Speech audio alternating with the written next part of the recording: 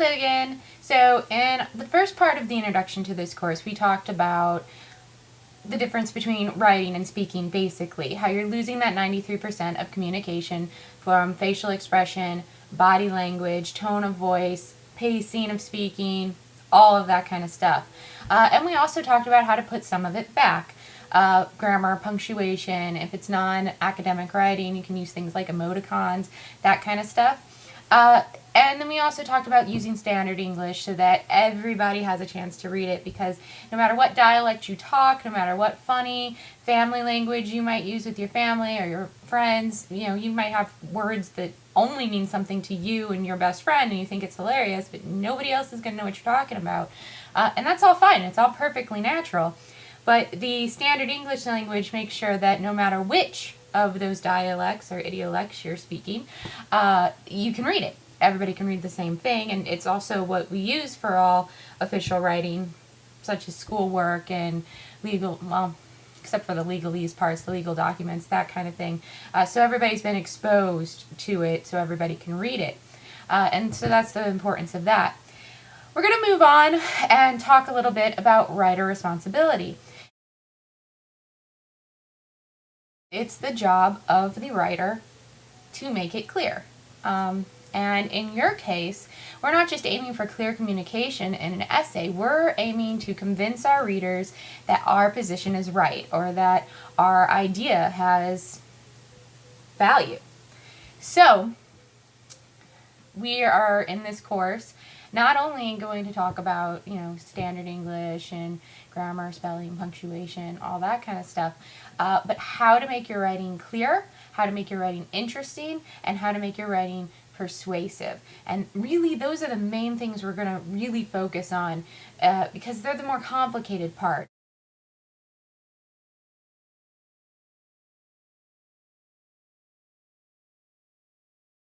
There's so many different types of writing. You have your formal writing, you have your informal writing, you have your media writing, you have your technical writing. The list goes on forever. Fictional writing, even in fictional writing, there's different types of writing, experimental form, all this kind of stuff that you learn more about in 102. But we're mostly going to be focusing on academic writing because it's an English 101 course. So largely that's going to be our focus, and standard essay structure, etc.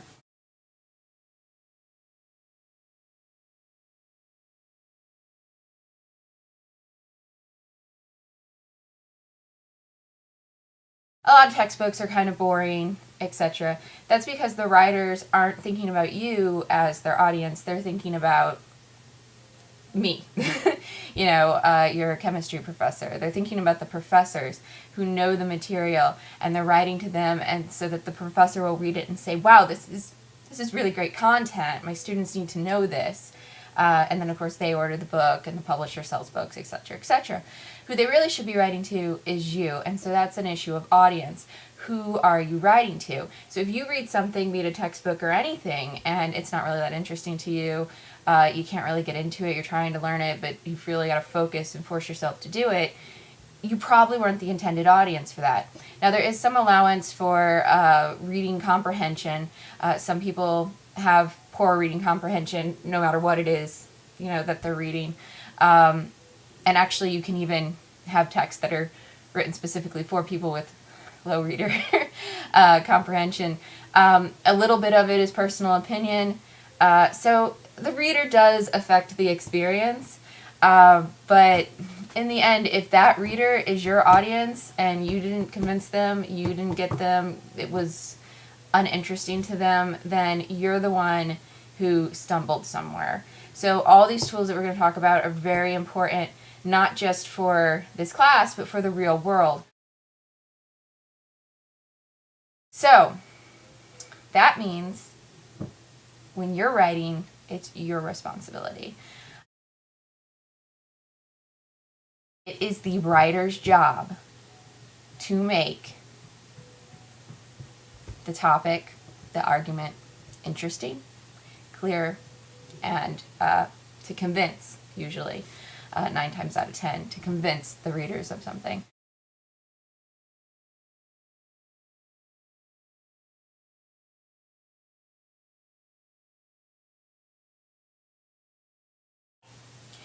It's important to remember that when you're writing an essay, you're trying to share a thought process. So you need to take us through all the steps of your thought process as well, and that's where details and support and explanation of your ideas really comes in. It's, if you say, I really like this movie, even in a casual conversation, people are going to want to know why. And in an essay, they're going to want to understand why and how you came to that conclusion. And that is what the essays are about. It's explaining your thought process and then taking it a step further and convincing people that that thought process is the way to look at that item, or that, in the case of paper one, that movie. I write very detailed, specific rubrics, and I do this to help you see where you need to be going with your writing, what you need to be doing with your writing. That's why we do drafts. That's why I do comments on specific drafts, so that this person might be having trouble with grammar, but this person, they have great grammar. Their sentences are really clear, but their paper's all over the place organization. So most of the commentary is through the draft comments, where I write to you specifically. But I am here to help you with whatever it is that you need. The one thing I cannot do for you, though, is give grades. That's right, I can't give grades. An English professor told this to me once. They said, I cannot give you grades. And it took me a second, and she kind of let us think about it. And she said, you earn your grades. And at that point, I hadn't thought of it that way before, but it's true, That's the whole point of these rubrics. That's the whole point of discussing these rules, etc. Is so that I tell you what you need to do. I give you tips, information, tools, and then it's up to you to use them and apply them for the specific assignment. So our assignments may have different requirements. Not all introductions are created equally, that kind of thing.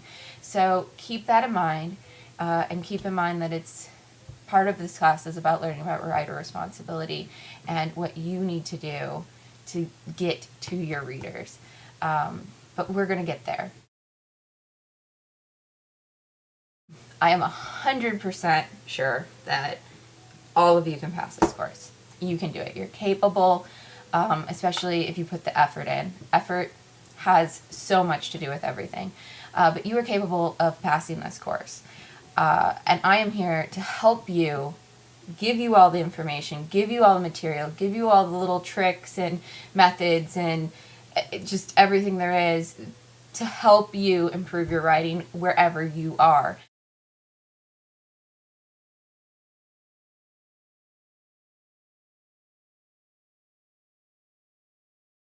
Good luck with week 1.